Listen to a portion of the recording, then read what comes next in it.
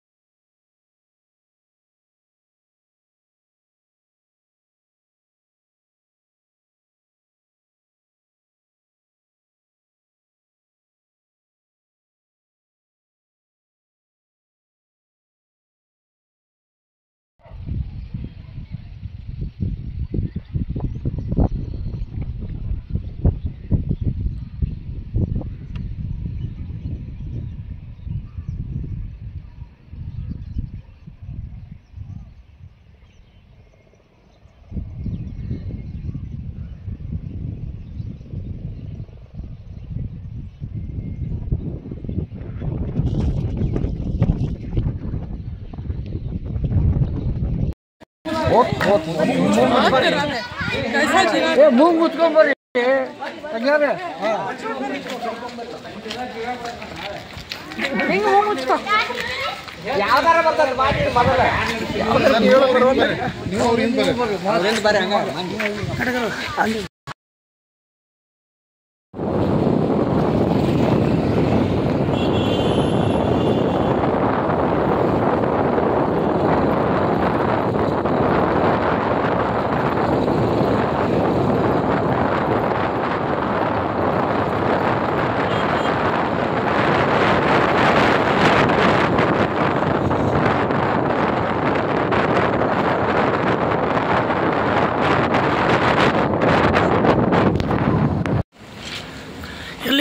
ಅಲ್ಲಿ ಒಳಗೆ ಹಚ್ಚೈತೇನ್ರಿ ಅದ? ಒಳಗೆ ಹತ್ತೈತ್ರಿ.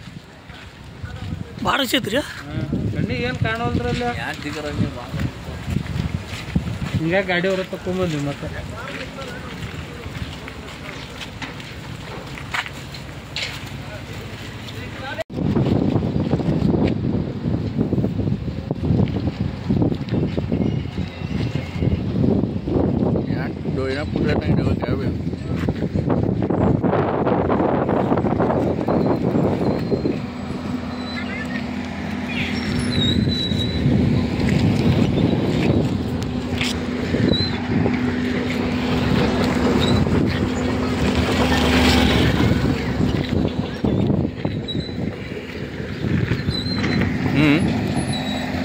ಯಾಕೆ ಪುಟ್ಟಡ ನಾನೇ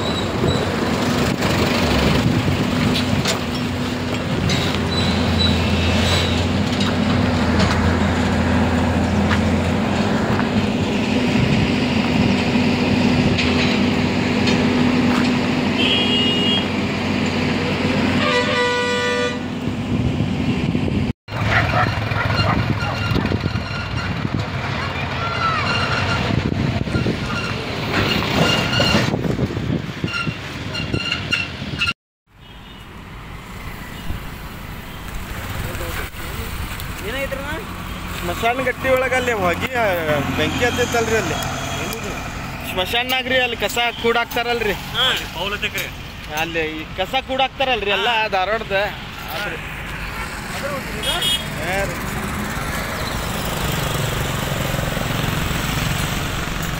ಬರ್ತೀನಿ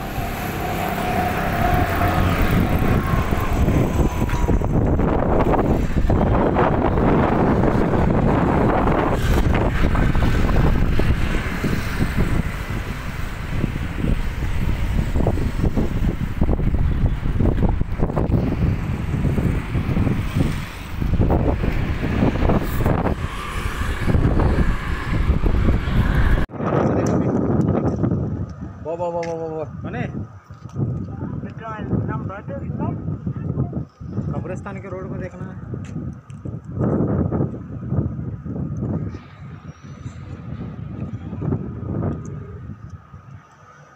न्यूज़ वाले को बुलाएं चल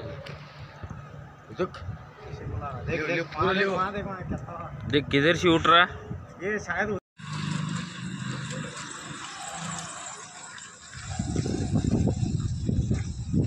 ಒಂದು ವಾರಕ್ಕೊಮ್ಮೆ ಬ್ಯಾಸಿಗೆ ಚಾಲು ಆತಲ್ಲೋ ನಮ್ಮ ಏರಿಯಾ ಒಟ್ಟು ಯಾರು ನೋಡೋದಿಲ್ಲ ಆ ನಮ್ಮನೆ ಹುಗಿ ಬರೋದಿಲ್ಲ ಲಕ್ಷ್ಮೀನಗರ ನಿಂದ್ರಾಕ ಉಸಿರಾಡ್ಸಕ್ಕೂ ಎರಡೂ ಆಗೋದಿಲ್ಲ ಕಣ್ಣು ಮುಚ್ಚಿ ಮುಚ್ಚಿ ಮಾತಾಡೋದಾಗೈತಿ ಈ ಬೆಲ್ಲದವರು ಯಾರು ಕೆಲವು ಒಬ್ಬರು ಹತ್ಕೊಂಡಿದ್ದಾನೆ ಕಮಿಷನರ್ ಮಠ ಬಂದ್ರೂ ಒಬ್ಬರು ಹಿಟ್ನಾಳ ಸಾಹೇಬ್ರಿಂದ ಬಂದಾಗಿದ್ದು ಮತ್ತೆ ಈಗ ಚಾಲು ಆಗೈತಿ ಒಂದು ತಿಂಗಳಾಗ್ತಿದ್ದು ಒಟ್ಟೆ ನೋಡ್ರಿ ಉಸಿರಾಡ್ಸಕ್ಕಾಗೋದು ಆ ನಮ್ಮನೆ ಹುಗಿ ಬರೋದು ಬೆಲ್ಲದವ್ರಿಗೆ ರಗಡ್ ಸರ್ ರಿಕ್ವೆಸ್ಟ್ ಮಾಡ್ಕೊಂಡ್ವಿ ಅವರು ಏನೋ ಇದು ಬಗ್ಗೆ ಕೇಳಿ ಮಾತಾಡೋಕೆ ಅಲ್ಲ ಹೋಗಿ ಬರೋದು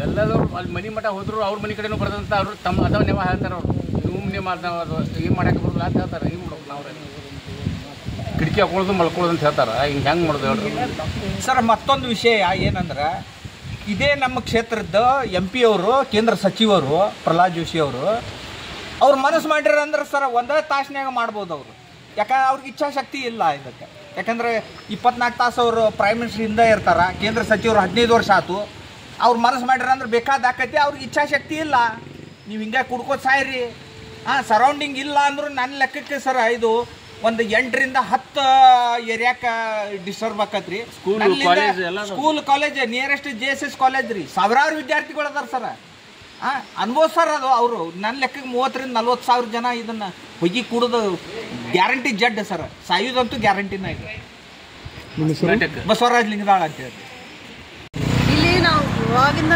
ನೋಡಿದ್ರು ಬರೀ ಈ ಥರ ಹೋಗಿತಾನೆ ಹಚ್ತಾ ಇದ್ದಾರೆ ಇವತ್ತಂತೂ ಹೊರಗಡೆ ಬರೋಕ್ಕಾಗ್ತಾ ಇಲ್ಲ ಸರ್ ನಾವು ಒಳಗಡೆ ಸುತ್ತ ಮಾಸ್ಕ್ ಹಾಕೊಂಡು ಕೊಡೋ ಪರಿಸ್ಥಿತಿ ಬಂತು ಯಾರು ಹಚ್ಚಿದ್ದಾರೆ ಅನ್ನೋದು ಗೊತ್ತಾಗ್ತಾ ಇಲ್ಲ ಮತ್ತು ಇದನ್ನೆಲ್ಲ ತಡೆ ಹಿಡಿಬೇಕು ಸರ್ ಎಲ್ಲ ಕಡೆ ನಮ್ಮ ಅತ್ತೆಯವ್ರಿಗೂ ಅಸ್ತಮ ಇದೆ ಸರ್ ಅವ್ರಿಗೂ ಭಾಳ ಪ್ರಾಬ್ಲಮ್ ಇಲ್ಲೆಲ್ಲ ಇದು ಏರಿಯಾ ಪೂರ ಏನಂದ್ರು ಫುಲ್ ನೋಡ್ರಿ ನೀವೇ ನೋಡಿದ್ರೆ ಗೊತ್ತಾಗ್ಬಿಡ್ತೈತಿ ಸರ್ ಅಷ್ಟು ಹೊಗೆ ಅಂದ್ರೆ ಹೊಗೆ ಇದು ಚಳಿಗಾಲ ಬಂತಂದರೆ ಚಾಲನೆ ನೋಡ್ರಿ ಸರ್ ಎಷ್ಟು ಸತಿ ಕಂಪ್ಲೇಂಟ್ ಮಾಡಿದ್ರು ಅಷ್ಟೇ ಎಷ್ಟು ಹೇಳಿದ್ರು ಅಷ್ಟೇ ಅವ್ರಿಗೆ ಮತ್ತೆ ಹಚ್ತಾನೆ ಇರ್ತಾರೆ ನಿಮ್ಮ ಮನೇಲಿ ಒಬ್ರು ಅಸ್ತಮ ಆಯ್ತವ್ರ ಹಾಂ ಇದ್ದಾರೆ ಹಾಂ ನಮ್ಮ ಅತ್ತೆಯವ್ರಿಗೆಲ್ಲ ಅಸ್ತಮ ಆಯ್ತು ಸರ್ ಸ್ವಲ್ಪ ಹೊಗೆ ಬಂದರೆ ಧೂಳು ಬಂದರೆ ಭಾಳ ತ್ರಾಸಾಗುತ್ತೆ ಸರ್ ಬರೀ ಹಾಸ್ಪಿಟ್ಲಿಗೆ ಹೋಗೋದು ತೋರಿಸ್ಕೊಂಬರೋದು ಬರೀ ಇದಾಗ್ತಾ ಇದೆ ಇವತ್ತಂತೂ ಹೊರಗಡೆ ಬರೋಕ್ಕಾಗ್ತಾ ಇಲ್ಲ ಹೋಗೋ ಜನರಿಗೂ ಮುಂದ್ಗಡೆ ಗಾಡಿ ಸುತ್ತ ಕಾಣ್ತಾ ಇಲ್ಲ ಆ ಬರೀ ಹೊಗೆ ಹಚ್ತಾ ಇದ್ದಾರೆ ಈ ಥರ ಹೊಗೆ ಹಚ್ಚಿದ್ರೆ ಹೆಂಗಿರ್ಬೇಕು ಸರ್ ಇದೆಲ್ಲ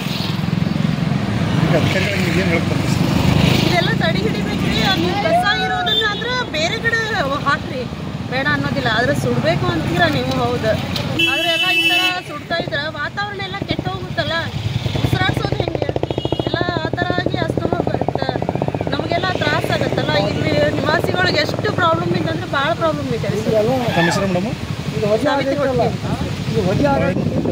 ಇಲ್ರಿ ಸರ್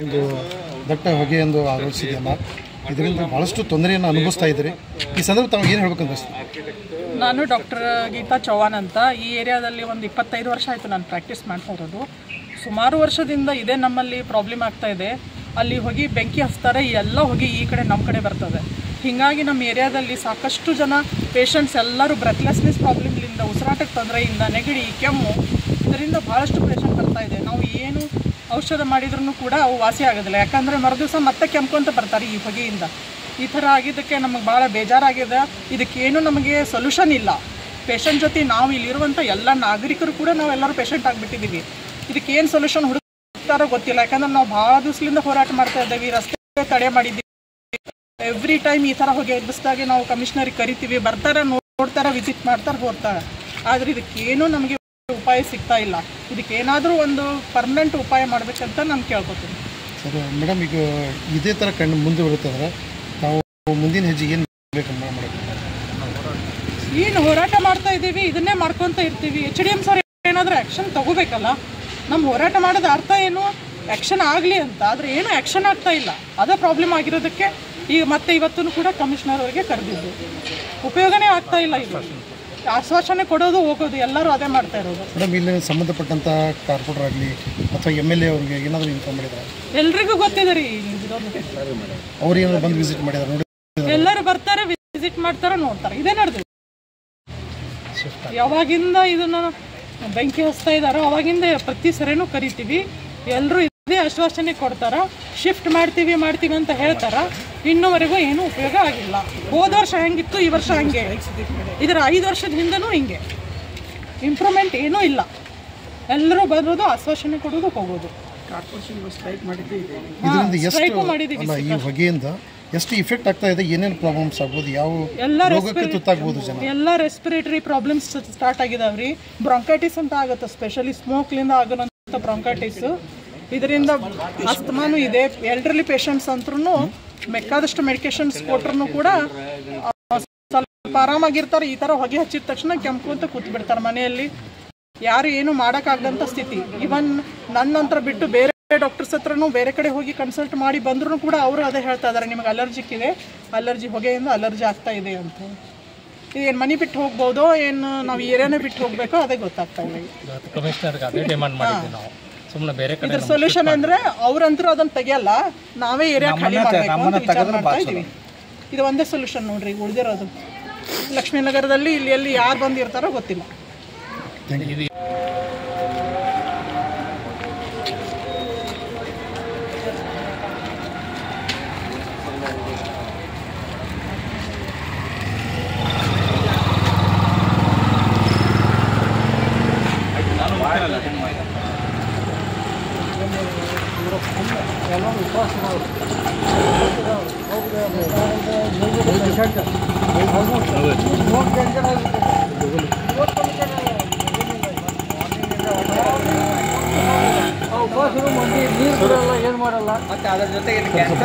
ತಮ್ಮ ಹೆಸರು ಸರ್?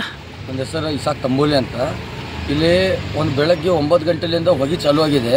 ಇಲ್ಲಿ ಸಾರ್ವಜನಿಕ ಎಲ್ಲರಿಗೂ ತ್ರಾಸಿದೆ. ಎದಕ್ಕಂದ್ರೆ ಸಣ್ಣ ಮಕ್ಕಳು ಇರ್ತಾವೆ ಮನ್ಯಾಗ, ಇದರಲ್ಲಿ ಕ್ಯಾನ್ಸರ್ ಅಥವಾ ಬೇರೆ ಬೇರೆ ರೋಗ ಬರ್ತೈತಿ. ಒಂದು ಬೆಳಗ್ಗೆ 9 ಗಂಟೆದು ಹೊಗೆ ಚಾಲೂ ಆಗಿದ್ದು ಇನ್ನೂ ಮಟ್ಟ ಕಡಿಮೆ ಆಗ್ತಾ ಇಲ್ಲ. ಇದ್ರ ಬಗ್ಗೆ ಯಾರೂ ಆ್ಯಕ್ಷನ್ ತೊಗೋತಾ ಇಲ್ಲ. ಇನ್ನೂ ಮಟ್ಟ ಯಾರೂ ಬಂದಿಲ್ಲ, ಇನ್ನೂ ಜಾಸ್ತಿ ಆಗ್ತಾ ಇದೆ. ಇಲ್ಲಿ ಗಾಡಿ ಓಡಾಡ್ತಿದ್ದು ಗಾಡಿಗೆ ಮಖ ಕಾಣಿಸತ್ತಿಲ್ಲ. ನಮ್ಮ ಸಾರ್ವಜನಿಕ ಏನಾದ್ರು ಒಂದು ಅವಕಾಶ ಮಾಡಿಕೊಡ್ಬೇಕು ಅಂತ ನಮ್ಗೆ ಕರ್ಕೊಂಡು ವಿನಂತಿ. ನಿಮ್ಮ ಹೆಸರು? ನನ್ನ ಹೆಸರು ನೇತ್ರಾವತಿ ಲಿಂಗಾಳ್ ಅಂತ ಹೇಳಿ. ನಾವು ಲಕ್ಷ್ಮೀನಗರದಾಗ ವಾಸ ಆಗ್ತೇವೆ. ಇಲ್ಲಿ 10 ವರ್ಷಲಿಂತ್ರ ಇದು ಐತ್ರಿ. ಇದು ಒಂದು ದಿವಸದ ಮಾತಲ್ಲ. ನಾವು ಹೋರಾಟ ಮಾಡೋಕೆ 10 ವರ್ಷ ಆಯ್ತು. ಎಲ್ಲರೂ ಬಂದು ಹೋದ್ರು, ಎಲ್ಲರೂ ರಾಜಕೀಯವರು ಬಂದರು, ಎಲ್ಲರೂ ಬಂದರು, ಏನೂ ಮಾಡಲಿಲ್ಲ. ಅರವಿಂದ್ ಅವರು ಬಂದರು, ಮತ್ತು ಇನ್ನೊಬ್ಬರು ಬಂದರು, ಎಲ್ಲರೂ ಬಂದರು. ಅದು ಇದಕ್ಕೇನು ಕ್ರಮ ತೊಗೊಳತ್ತಿಲ್ಲ ಅವರು.